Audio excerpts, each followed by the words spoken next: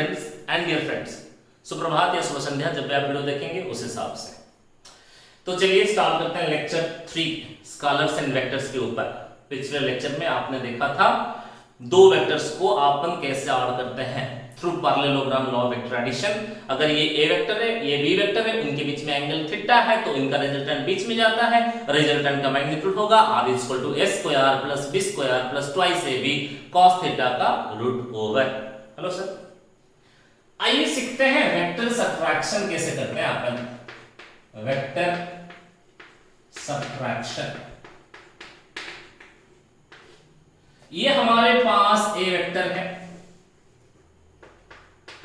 ये हमारे पास B vector है और ए वेक्टर और बी वेक्टर के बीच में हमारे पास एंगल जो है वो थीटा है। ये ए ये बी इनके बीच में जो आएगा ये वाला डायगोनल को हम कहते हैं main diagonal A vector plus B vector. वो कैसे? ये जिस तरफ ये उस तरफ, ये जितना ये उतना, ये बी वेक्टर ये भी B vector. So triangle of A vector plus B vector equal to A plus B. Hello sir, सही बात। सो ये जिस तरफ ये ठीक उसके विपरीत हम ड्रॉ कर रहे हैं। ये जितना ये उतना, ये जिस तरफ ये उस तरफ, ये बी नहीं माइनस बी वेक्टर। समझ में आ गया ये बात? हेलो सर, ये सुनो, ये बी वेक्टर है तो ये माइनस बी वेक्टर होगा। देखो ये पूरा एंगल ऑपोजिट है 180 डिग्री, तो ये वाला एंगल जो है वो होगा 180 माइनस थीटा।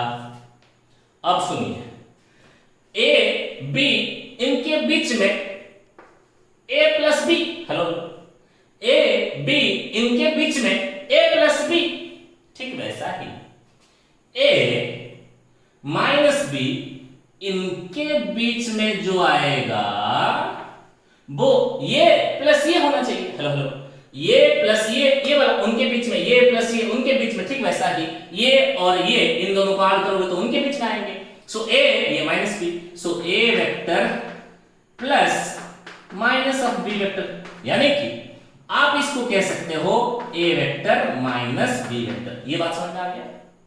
ये जिस तरफ ये उस तरफ, ये जितना ये उतना, ये जो ये वो, ये a माइनस बी तो ये हो गया a minus B vector. Simple में अगर आपके पास कोई एक पैरेललोग्राम है, इनके दो साइड्स दो वेक्टर्स होते हैं a वेक्टर और b वेक्टर, उनके बीच में एंगल थीटा, तो ये बड़का डायगोनल होता है a प्लस बी और ये छोटा डायगोनल होता है a माइनस बी। ये बात समझ में आ गया? सर जी ये a माइनस बी का मैग्नीट्यूड कितना होगा? सर जी ये a माइनस बी कौन है? a vector minus b vector का मैग्नीट्यूड कैसे मिलेगा? सर ये कौन है? a vector plus minus b vector जैसा है उसका मैग्नीट्यूड। तो सिंपल बोलेंगे a वेक्टर का मैग्नीट्यूड का स्क्वायर, b वेक्टर का मैग्नीट्यूड का square plus twice into a vector का मैग्नीट्यूड माइनस b वेक्टर का मैग्नीट्यूड कॉस a और b के बीच में एंगल नहीं, a और माइनस b के बीच में एंगल, a और माइनस b के बीच में एंगल है कॉस, ये 180 माइनस थीटा 7 और इसका रूट ओवर a वेक्टर का magnitude a square, b vector का माइनस b का magnitude b square plus twice a का मैग्नीट्यूड a माइनस b का मैग्नीट्यूड b प्लस, और ये cos 180 माइनस थीटा का रूट ओवर। यानी कि हमारे पास अब मिलता है magnitude of a vector minus b vector, जो कि a प्लस माइनस b भी बोल सकते हैं, उसका मैग्नीट्यूड होगा a square plus b square plus 2ab cos 180 minus theta. cos 180 minus theta होता है माइनस cos थीटा, तो सिंपल ये हो गया minus of 2ab cos theta का रूट ओवर। सिंपल। तो अभी आपके पास अगर दो वेक्टर्स होते हैं, देखिए आपके पास ये a वेक्टर है और ये है b वेक्टर, इनके बीच में एंगल थीटा है, तो ये जो बीच वाला होता है ये होता है a प्लस बी और ये होता है आपका a vector minus b vector. So a plus B का मैग्नीट्यूड आपको पता है A vector plus B vector का मैग्नीट्यूड ऑलरेडी लास्ट क्लास मैंने यहीं पे लिखा था। a प्लस बी का मैग्नीट्यूड हो जाएगा a square plus B square plus twice A B cos theta का रूट ओवर, और a vector minus B vector का भी मैग्नीट्यूड आपको अभी मिल गया। क्या मैं इसके ऊपर एक सवाल दूं आपको? इसके ऊपर एक छोटा सा सवाल मैं पूछना चाहता हूं मेरे बच्चों को, सुनिएगा। क्वेश्चन कुछ इस तरह का है, find the angle between a vector and b vector if a vector plus b vector का मैग्नीट्यूड बराबर होएगा a vector minus b vector का मैग्नीट्यूड के साथ। सवाल क्या है? Find the angle between a vector and b vector जब a प्लस b का मैग्नीट्यूड बराबर होगा a माइनस b के मैग्नीट्यूड के साथ। सुनिए, इस तरह के सवाल को आप कैसे डील कर सकते हो, मैं आपको बताता हूं। पहला तरीका सुनिए, a प्लस बी का मैग्नीट्यूड सवाल में बोला गया है बराबर होगा a माइनस बी के मैग्नीट्यूड के साथ, तो under root a square plus B square plus twice A B cos theta का रूट ओवर बराबर होगा under root a square plus B square minus 2ab cos theta के साथ दोनों तरफ का स्क्वायर कर लीजिए, अंडर रूट वाले हट जाएंगे, ये होगा a square plus B square plus twice ab cos theta is equal to a square plus B square minus twice ab cos theta. दोनों तरफ से a स्क्वायर b स्क्वायर हो गया कैंसिल, तो बचता है 4ab cos theta is equal to 0, यानी कि cos थीटा इक्वल टू 0। अब थीटा का कौन से वैल्यू पर cos थीटा 0 होता है? ये cos 90 पर होता है। तब हमें पता चला कि ये जो थीटा है वो 90 डिग्री है साहेब। बात समझ में आया? अरे हाँ या ना? सो ये आंसर आपको मिल गया 90 डिग्री। अब सर क्या इसके कोई अल्टरनेटिव मेथड है, छोटा मेथड? हाँ जी सर, अल्टरनेटिव मेथड देखिए, ए वेक्टर और बी वेक्टर इन दोनों का मैग्नीट्यूड जो है a प्लस बी बराबर होगा a माइनस बी के साथ। ये आपको डेटा है, इस हिसाब से आपको a और b के बीच में एंगल निकालना है। मुझे ये बताइए, a और b ये एक पैरेललोग्राम का दोनों डायगोनल, मुझे आप बताएं ऐसा कौन सा पैरेललोग्राम है जिनके दोनों डायगोनल बराबर है? बता सकते हैं आप? ऐसा कौन सा पैरेललोग्राम है जिसके दोनों डायगोनल बराबर होंगे? क्या ऐसा एक पैरेललोग्राम हम बना सकते हैं? ये a वेक्टर और ये b वेक्टर, तब ये डायगोनल जितना बड़ा, यानी कि ये है a vector plus b vector और ये डायगोनल है a vector minus b vector, क्या ये दोनों डायगोनल बराबर है? हमने आपको सिखाया कि अगर आपके पास एक पैरेललोग्राम है, ये a वेक्टर और ये b वेक्टर, तो ये बड़का वाला होता है a प्लस b, छोटा वाला होता है a माइनस b। अब का सवाल यह है कि दोनों बराबर होंगे। दोनों डायगोनल बराबर किस में होते हैं? एक रेक्टेंगल में होते हैं। हेलो सर, जब ये पैरेललोग्राम, क्या है रेक्टेंगल एक पैरेललोग्राम? हाँ सर, रेक्टेंगल एक पैरेललोग्राम है। तो ये जो रेक्टेंगल है वो एक पैरेललोग्राम है, लेकिन a और b के बीच में एंगल कितना दिख रहा है आपको? 90 डिग्री। तो बिना इतना कैलकुलेट किए भी आप बोल सकते हो a और b के बीच में एंगल 90 डिग्री होगा जब a बराबर a प्लस b का मैग्नीट्यूड बराबर a माइनस b के साथ होगा। तो ठीक है, जल्दी लिखिए इसको, लिख लिए इसको। देखिए, चलो थोड़ा सा क्लास आगे बढ़ाते हैं। Vectors in rectangular form, vectors in Cartesian form या उसको रेक्टेंगुलर फॉर्म भी कहते हैं। रेक्टेंगुलर फॉर्म, इसको समझते हैं, अच्छे से समझ लीजिएगा साहेब। ये कौन सी एक्सिस है? X axis. ये कौन सी एक्सिस है भाई? Y axis. ये कौन है तुम्हारा? Z axis. ये है तुम्हारा ओरिजिन जिसका कोऑर्डिनेट है 0 0 0। अब एक्स एक्सिस के और एक छोटा सा वेक्टर, ये 1 और ये 1। एक्स एक्सिस के और छोटा सा वेक्टर जिसका मैग्नीट्यूड 1, ये एक यूनिट वेक्टर है, इसका नाम i कैप। y एक्सिस के और एक छोटा सा वेक्टर जिसका मैग्नीट्यूड 1, उसका नाम j कैप। ठीक वैसा ही ये z एक्सिस के और एक छोटा सा वेक्टर जिसका मैग्नीट्यूड 1, उसका नाम है k cap. So here I cap, j cap and k cap. I cap, j cap and k cap are the unit vectors along x-axis, y-axis and z-axis. So I cap का magnitude बराबर होएगा j cap के magnitude के साथ, बराबर होगा k cap के magnitude के साथ, और वो 1, क्योंकि वो सारे यूनिट वेक्टर्स हैं। ठीक है, समझ गए? x एक्सिस के along i cap, y axis के along j cap, z axis के along k cap. Negative x में minus i cap, negative y में minus k cap, negative z में माइनस k कैप। ठीक, x एक्सिस के along एक कदम चले तो ये i कैप, x एक्सिस के अलोंग 2 कदम चले तो ये 2i कैप, 3 कदम चले तो 3i कैप, y एक्सिस के अलोंग एक कदम चले तो ये j कैप, 2 कदम चले तो 2j कैप, 3 कदम चले तो 3j cap, negative y axis में एक कदम चले तो माइनस j कैप, 2 कदम नेगेटिव में चले y axis, negative y axis में तो माइनस 2j कैप, 3 कदम नेगेटिव z एक्सिस में चले तो माइनस 3k कैप, 5 कदम पॉजिटिव z एक्सिस में चले तो 5k कैप। सिंपल बात है। ठीक है भैया, तो यहां पर देखिए हम सीखते हैं, यहां पे 2 डायमेंशन है, ये x एक्सिस है और ये y एक्सिस है, ये आपका शून्य है, ओरिजिन 0 0 कोऑर्डिनेट वाला। मान लीजिए यहां पर हमने एक पॉइंट लिया हुआ है P, जिसका कोऑर्डिनेट है 3 और 4, यानी कि x कोऑर्डिनेट है 1 2 एंड 3, y कोऑर्डिनेट है 1 2 3 4।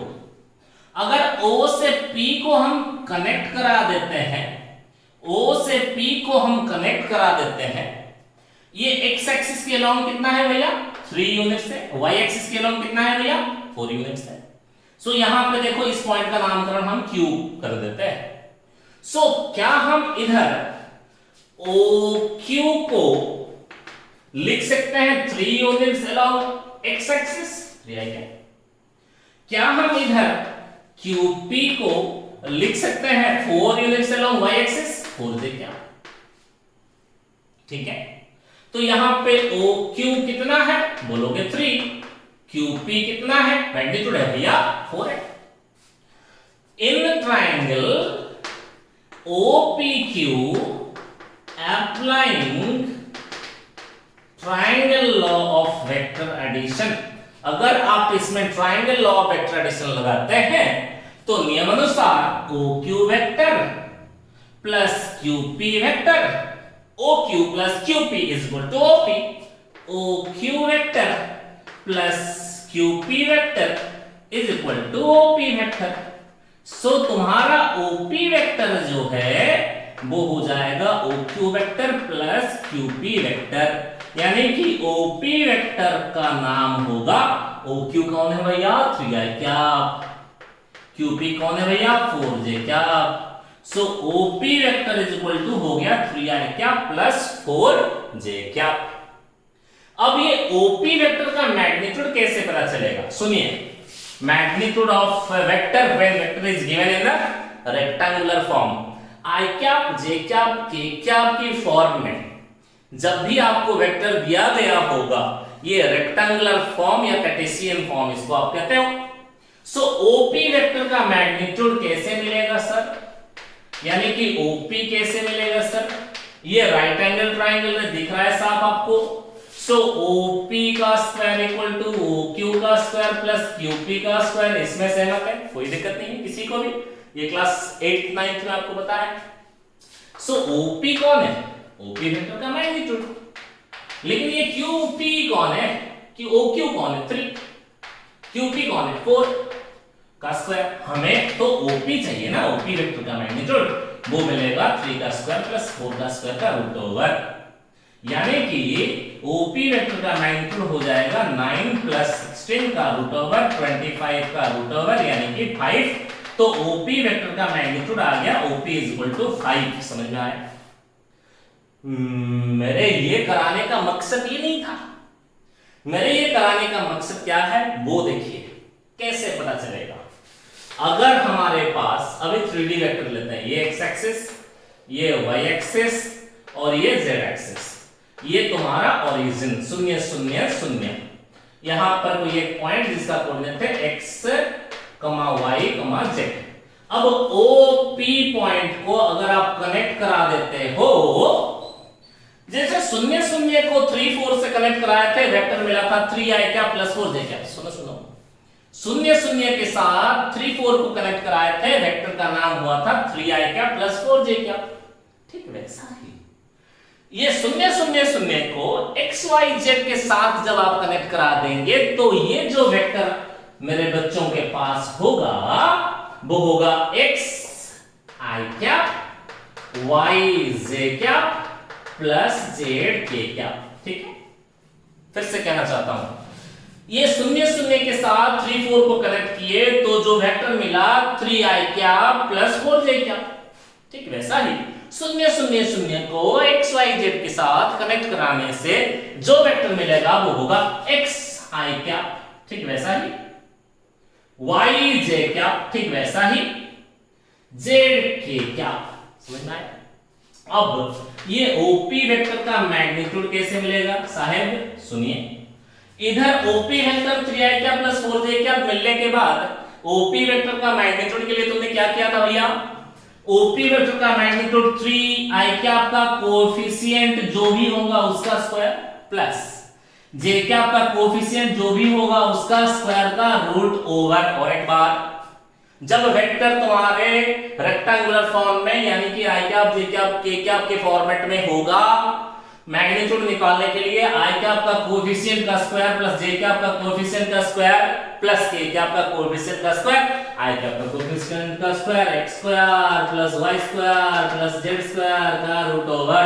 मेरे प्यारे बच्चों को ये बात समझ में आ गया? बोलो हाँ या ना। लो सर ये सुनो, अगर एक एग्जांपल छोटा सा हम कराना चाहेंगे कि हमारे पास, सुनिए, हमारे पास एक वेक्टर है जो वेक्टर का नाम है 2i cap plus 3j cap minus 2k cap. तब ये a वेक्टर का मैग्नीट्यूड यानी कि a कितना होगा, i कैप का कोएफिशिएंट का स्क्वायर, j कैप का कोएफिशिएंट का स्क्वायर, k कैप का कोएफिशिएंट का स्क्वायर का रूट ओवर। ये होगा 4 प्लस 9 प्लस 4 का रूट ओवर, ये होगा 8 15 का root 8 8 16 17 answer root 17 this much of unit, जो भी दिया होगा उस हिसाब से। ठीक है ना, समझ गए? इसको लिख लीजिए तुरंत। हो गया? चलिए सुनिए, इसके ऊपर एक छोटा सा एग्जांपल देखिए। अगर हमारे पास एक वेक्टर है a वेक्टर जो कि है 0.3i क्या प्लस नहीं पता m j क्या प्लस 0.4k क्या।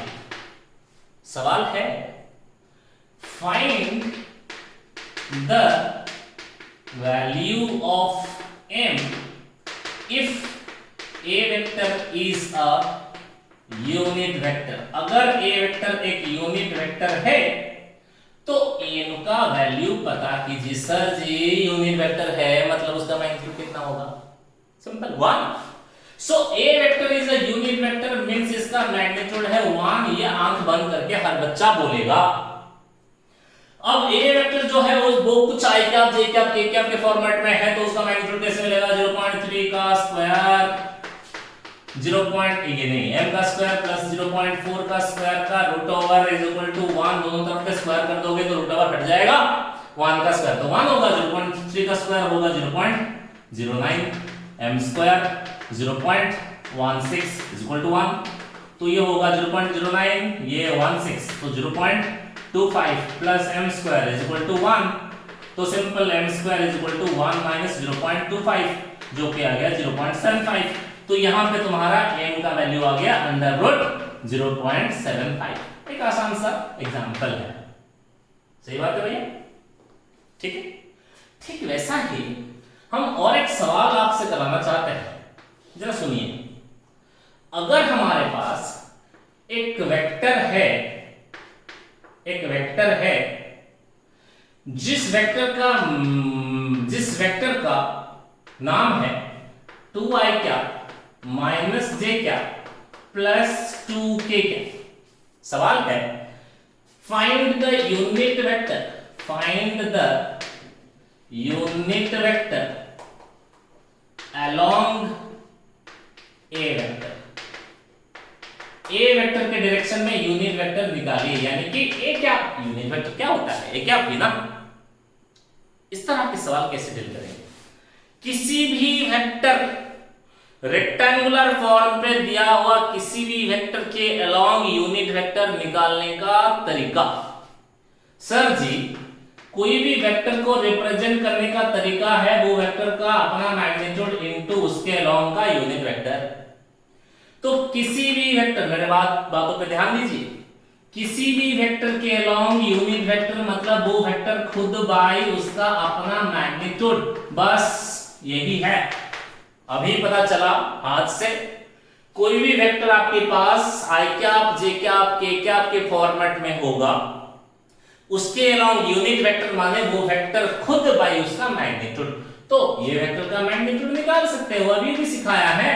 आई कैप का कोएफिशिएंट का स्क्वायर, जे कैप का कोएफिशिएंट का स्क्वायर, के कैप का कोएफिशिएंट का स्क्वायर का रूट ओवर कर डालिए। ये होगा 4, ये होगा 1, ये होगा 4, 8 + 1 9 का रूट ओवर, ये हुआ 3, मैग्नीट्यूड आ गया। So unit vector along this vector is, A vector खुद कौन है भैया, 2i cap minus j cap plus 2k cap divided by उसका अपना मैग्नीट्यूड जो है 3। So the unit vector along A vector is 2/3i cap minus 1/3j cap plus 2/3k cap. क्या आप अपने टीचर के ऊपर भरोसा करते हो? क्या संदेह करते हो? अगर हमारे ऊपर आपको थोड़ा सा भी संदेह है कि सर तो निकाल दिए ये यूनिट वेक्टर है, क्या सच में ये यूनिट वेक्टर है? अगर तुम्हें डाउट है, मेरे मानना है कि तुम्हें डाउट नहीं करना चाहिए मेरे ऊपर, लेकिन अगर फिर भी तुम्हें संदेह है मेरे ऊपर, अगर तुम डाउट करते हो मेरे ऊपर, तो चेक कर लो ना अपने से। क्या चेक करेंगे सर? ये यूनिट वेक्टर है। अच्छा तो ये यूनिट वेक्टर तो मैग्नीट्यूड क्या होना चाहिए? 1, वो चेक कर लेंगे। ये यूनिट वेक्टर है ऐसा मास्टर ने बोला। अब मास्टर का बोला हुआ बात सच है या झूठ है वो कैसे साबित करेंगे? Through checking. चेक करो, यूनिट वेक्टर में मैग्नीट्यूड 1 आ जाए तो मान लोगे? हां चलो चेक करते हैं। सो ए वेक्टर का यूनिट वेक्टर ये है, उसका आई कैप का कोएफिशिएंट 2/3 का स्क्वायर, जे कैप का कोएफिशिएंट -1/3 का स्क्वायर, के कैप का कोएफिशिएंट 2/3 का स्क्वायर का रूट ओवर। तो ये होगा 4/9 + 1/9 + 2/9 का रूट ओवर। एलसीएम ले लो 9, 4 + 1 + 4 ये होगा 4 का रूट ओवर। तो ये हुआ 9/9 का रूट ओवर यानी कि 1। अगर किसी वेक्टर का मैग्नीट्यूड 1 आ जाता है तो क्या वो एक यूनिट वेक्टर है? सहमत? क्या मेरे सभी बच्चे सहमत हैं मेरे साथ? हेलो ये सुनो। सर जी जब दो वेक्टर्स पोलर फॉर्म में होते हैं ए और बी, उनके बीच में एंगल होता है, आपने सिखाया a + b होता है a का मैग्नीट्यूड का स्क्वायर, b का मैग्नीट्यूड का स्क्वायर प्लस 2ab cos, उनके बीच में जो एंगल है उसका रूट ओवर। a - b का मैग्नीट्यूड होगा a² + b² - 2ab cos theta का रूट ओवर। लेकिन अगर ये vectors a vector is equal to हमारे पास होगा a1 i cap plus b1 j cap plus c1 k cap, और b वेक्टर हमारे पास है a2 i cap plus b2 j cap plus c2 k cap. तो a vector plus b vector का a vector plus b vector कैसे निकालेंगे? i cap का coefficient के साथ i कैप का कोएफिशिएंट को जोड़ो, j कैप के कोएफिशिएंट के साथ j कैप के कोएफिशिएंट को जोड़ो, k कैप के कोएफिशिएंट के साथ k कैप के कोएफिशिएंट को जोड़ो। काम खत्म। a वेक्टर माइनस माइनस, काम खत्म हो गया। आप ऐसे a + b या a - b निकाल सकते हैं। सर जी एक छोटा सा एग्जांपल करा दीजिए। ओके ठीक कर देते हैं। आओ ये एग्जांपल है, मान लीजिए a वेक्टर है जो कि 2i cap plus j cap plus 2k cap, b vector है i cap - 2j cap plus 3k cap. अब a + b कितना होगा साहेब? सिंपल बातों में 2 इसका कोएफिशिएंट 1, 2 + 1 3i कैप 1 ये -2 तो -1 जे क्या 2 + 3 5 के क्या, ये आपका a + b मिल गया। ठीक वैसा a - b कैसे मिलेगा, माइनस करो ना, सिंपल बात है। a - b का मैग्नीट्यूड 2 - 1 इज 1 i क्या I 1 - 2 तो ये हो गया 3 जे क्या 2 - 3 के क्या, तो a - b मिल गया। अब कोई भी पूछे a + b कितना, i क्या आपका कोएफिशिएंट स्क्वायर, j क्या आपका कोएफिशिएंट का स्क्वायर, k क्या आपका कोएफिशिएंट का स्क्वायर, मैग्नीट्यूड मिल जाएगा। a - b का मैग्नीट्यूड कैसे मिलेगा, i क्या आपका कोएफिशिएंट 1 का स्क्वायर, j क्या आपका कोएफिशिएंट 3 का स्क्वायर, k क्या आपका कोएफिशिएंट -1 का स्क्वायर, काम खत्म। ठीक है ना, चलिए इसको लिख लीजिए और अच्छे से पढ़ते रहिए। इसी के साथ आज का लेक्चर यहीं पे खत्म करते हैं। इसी के साथ मैं विदा लेता हूं, फिर मिलेंगे नए कंसेप्ट के साथ, नए लेक्चर में, नए क्वेश्चंस के साथ, नए अंदाज में। तब तक खुश रहिए और पढ़ते रहिए, मन लगा करके पढ़ते रहिए। धन्यवाद।